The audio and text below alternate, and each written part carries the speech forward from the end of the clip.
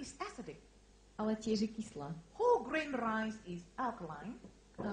Rýža, ktorá je nelúpaná, But je alkalická, it doesn't taste nice. ale nechutí. So a lot of people don't take whole grain rice. Preto veľa ľudí nelúpanú rýžu nie je. What about the milk? A čo také mlieko? A lot of people believe milk is nutritious. Veľa ľudí si myslí, že mlieko je veľmi výdatné energie. Contains a lot of calcium, Má veľa vápnika, contains a lot of protein. veľa proteínov, Yes, it's good. je veľmi dobré. But don't forget it's acidic. Ale nezabudnite, je tiež kyslé. But if milk can give you a lot of calcium, Ale mlieko vám môže dať veľa vápnika, then we will not have osteoporosis in Europe. Tak by sme nemali osteoporózu v Európe, We will not have osteoporosis in Australia nemali by sme osteoporózu v Austrálii, and New Zealand na Novom Zélande and United States. a v Amerike. Because these countries, they are giving a lot of milk to the people. Pretože v týchto krajinách ľudia požívajú veľa mlieka. But if you look at China, Ale keď sa pozriete na Čínu, you look at India Indiu and South Africa, a Južnú Afriku, very little osteoporosis. je tam veľmi málo osteoporózy. It's a very poor country, Sú to veľmi chudobné krajiny, but they eat a lot of plants protein ale jedia veľmi veľa proteínov z rastlín and take a lot of plant calcium, a tiež veľa vápnika z rastlín, especially in Africa. hlavne v Afrike. During the famine, no food, Počas hladomoru, because the weather was dry, pretože bolo príliš veľké sucho, they couldn't plant any food. nemohli zasadiť žiadne rastliny. You know what did they eat? A viete, čo jedli? Spirulina from the lake. Spirulina z jazera. That's why the history of spirulina come from Africa.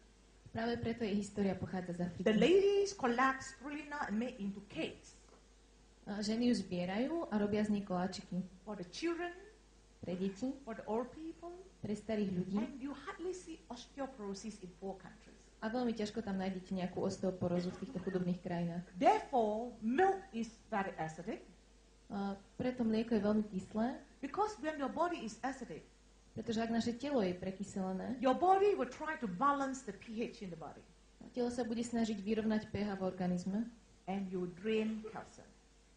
a budete strácať kalcium. So your calcium come out from the bone Takže vaše kalcium odíde z kosti to the blood circulation system do krvného obehu, to balance the pH. aby vyrovnalo pH. So we are losing calcium. Práve preto strácame kalcium. And on top of that, we drink a lot of carbonated drinks. A ešte k tomu pijeme veľa presladených nápojov. This is a common practice everywhere I see. Toto je úplne bežné všade, kam chodím. I went to Sudan many years ago. Prišla som do Sudánu pred mnohými rokmi. You know, Sudan is a very hot country. Sudán je veľmi horúca krajina By right, they should drink a lot of water. a práve preto musíte piť veľa tekutín. But I was so surprised the children, they go to the restaurant and drink Coke A bola som veľmi prekvapená, že deti prídu do reštaurácie a pijú kolu. to quench their thirst. Because they're thirsty, to quench their thirst. Pretože chcú ochutnať tú chuť. So I find that is a very wrong practice. Prišlo mi to veľmi nevhodné, veľmi nesprávne. Therefore, this carbonated drink is bad because it contains a lot of sugar. Tieto nápoje sú zlé, pretože obsahujú príliš veľa cukru. And sugar is very acidic. A cukor v kole je veľmi kyslý. Medications? Lieky. A lot of people tend to believe in doctors. Veľmi veľa ľudí, samozrejme, verí doktorom. Why we believe in doctors? Prečo im veríme? Because they're professionals. Pretože sú to profesionáli. They help you to solve your health problems. Pomáhajú vám riešiť vaše zdravotné problémy. So we believe in them, we trust them. Veríme im.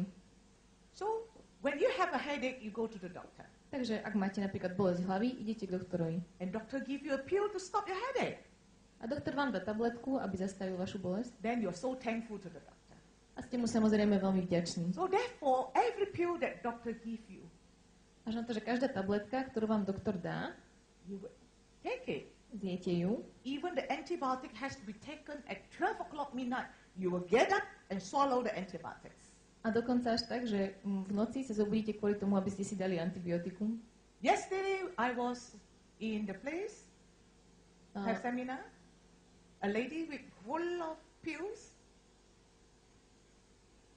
včera sme boli na jednom Anyway, mieste yesterday we had a seminar. na seminári a bola tam žena, ktorá mala plné ruky tabletiek. A lady stood up. Tá pani sa postavila She could not explain what's wrong with her. a nevedela povedať, čo je vlastne s ňou zlé, čo je v neporiadku. But the medication, she said, Ale tie lieky, povedala, one handful. mala ich plné dlane. She knows the pills are bad for her. Vedela, že tie tabletky nie sú pre ňu dobré, She dare not throw away. ale nevyhodila ich. Because in case she throw away, something happened to her body. Pretože verila, že ak ich vyhodí, niečo sa jej stane. That is the problem with people today. To je ten problém dnešných ľudí. But the pills, not only the side effects, Až na to, že tabletky majú aj vedľajšie efekty, it will affect your liver, majú vplyv na vašu pečeň it will affect the kidney, a tiež vaše obličky it's also acidic. a sú samozrejme tiež kyslé. And the worst of all is stress. A ďalším z problémov je stres. And a few days ago, my seminar, one of the interpreter, Pred niekoľkými dňami na mojom seminári bol jeden prekladateľ. she's a doctor. Ona je doktorka. She told me that she ate very healthy food. Povedala mi, že požívala veľmi zdravú potravu. How come she has cancer? Až na to, že ako sa mohlo stať, že má rakovinu. I told her what is her profession. Spýtala som sa jej, aké je jej povolanie. And she told me she's a doctor. Povedala, že je doktorkou. Very stressful. Táto práca je veľmi stresujúca. I told her that was a problem. To je ten problém. Because the stress, Pretože stres it will make her body acidic robí jej telo prekyseleným and make her hormone imbalance. a jej hormóny sú v imbalancii And she had cancer in the ovary, a má rakovinu vaječníkov. which is a hormone-inducing problem. A práve táto rakovina je indukovaná disbalanciou hormónov. Actually, compared to Malaysians and Europeans, V porovnaní medzi obyvateľmi Malajzie a Európy, comparatively, because Europeans are more well-educated. Európania sú podstatne lepšie vzdelaní. Most of you know acidic body is bad for us. Väčšina z nás vie, že prekyselenie organizmu je pre nás zlé And you'll find ways to avoid acidic body. a vieme nájsť spôsoby, ako sa vyhnúť tomuto prekyseleniu. But why you are scared of acidic body? Ale prečo sa bojíme prekyselenia organizmu? Today, I will let you understand exactly what happened if your body is acidic. Dnes vám ukážem, čo všetko sa stane, ak je vaše telo prekyselené. You look at the first picture. Pozrite sa na prvý obrázok. It is a very healthy, balanced pH body environment. To je veľmi zdravé a vybalancované prostredie organizmu. And if you take a blood analysis, Keď sa pozriete na analýzu krvi, because of balanced pH, pretože má vyrovnané pH, your blood cells are healthy. They are floating in the circulation. všetky vaše krvné elementy sú zdravé a prúdia v cirkulácii. But after a heavy meal, like you're taking a piece of a stick, Ale po ťažkom jedle your body become acidic, vaše telo sa prekyselí then something happen in your blood circulation. a niečo sa stane v vašom krvnom obehu. You can see that your red blood cells are clustered together, gummed together. Ako môžete vidieť, vaše červené krvinky sú nalepené na seba, zhluknuté, Because your blood is sticky, pretože krv je lepkavá. not only your red blood cells would gum together, A nie len to, že vaše červené krvné krvinky sa zlepia dokopy. your body also has platelets. Vo vašom organizme sú tiež krvné doštičky It can also gum together. a tiež sa spolu zlepia. If you leave your body acidic on long term, Ak necháte svoje telo prekyselené príliš dlho, your blood circulation can be so thick it can't even move through your blood circulation. vaša krv sa stane až takou vaskou a lepkavou, že nemôže ani prúdiť.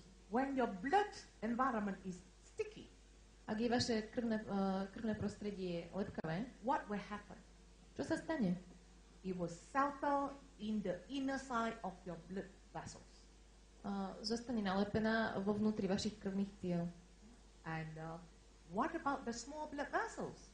A čo s malými cievami, arteriami? How small is your blood vessels? Aké malé sú vaše cievy?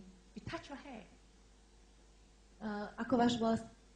Your microcirculation is just like your hair. Presne také tenké, ako váš vlas. It's so fine.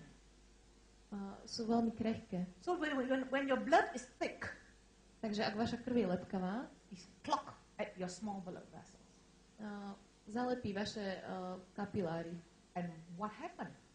A čo ďalej? Your cells will be deprived of oxygen. Vaše bunky budú mať nedostatok kyslíku It will be deprived of nutrients. a tiež výživy. And worst of all, you know the road is blocked there. A vy viete, že tá cieva je tam zablokovaná. If you have some cancer cells over this side, Ak tam máte nejaké rakovinové bunky, the immune cells couldn't even reach the site of the cancer. bunky imunitného systému sa na toto miesto ani nemôžu dostať. That's why you have poor circulation and we are high risk of cancer candidates. Práve preto, ak máte znížené prekrvenie, je veľmi pravdepodobné, že sa u vás vyvinie rakovina. And worst of all, A najhoršie zo všetkého, the toxins that has been accumulated in the cells, toxíny, ktoré sa nahromadili v týchto nezásobených bunkách, you cannot remove it. nemôžete ich dostať preč. So this group of cells will degenerate Táto skupina buniek teda degeneruje and become sick. a stane sa chorými. This is the reason why majority of the people, A toto je dôvod, prečo väčšina ľudí, about 90% of the people, viac než 90% ľudí, we can look healthy, vyzeráme síce zdravo, but we have no symptoms. nemáme žiadne príznaky, We have a lot of sick cells in the body. máme však príliš veľa chorých buniek v organizme. We call this pre-inner state of health. Voláme to Before you have symptoms, before you are sick. predštádium choroby. Yeah. So nobody is 100% healthy. Žiadne telo teda nie je 100% zdravé. So I want to touch on the common health problems today. Poďme sa teda rozprávať o bežných zdravotných problémoch. High blood pressure. Vysoký krvný tlak. Is high blood pressure a disease? Je vysoký krvný tlak vlastne choroba? No. Nie. It's only a symptom. Je to len príznak. When you go to doctor, doctor say you have high blood pressure. Ak idete k doktorovi, doktor povie, ste hypertonik, It's because your blood is sticky. pretože vaša krv je lepkavá, You have a lot of blockage in your capillaries. máte veľa drobných blokácií v kapiláriách And your arteries can be hardened. a vaše artérie zhrubnú v stene. Therefore, you have high blood pressure. Práve preto máte vysoký krvný tlak. But when doctor tell you you have high blood pressure, Ale ak doktor vám povie, že máte vysoký krvný tlak, most of us are not worried. väčšina z nás to nejak nerozčúli. Because when you go to the doctor, Pretože ak ideme k doktorovi, doctor will give you a pill. doktor nám dá tabletku. And that pill will dilate your blood vessels.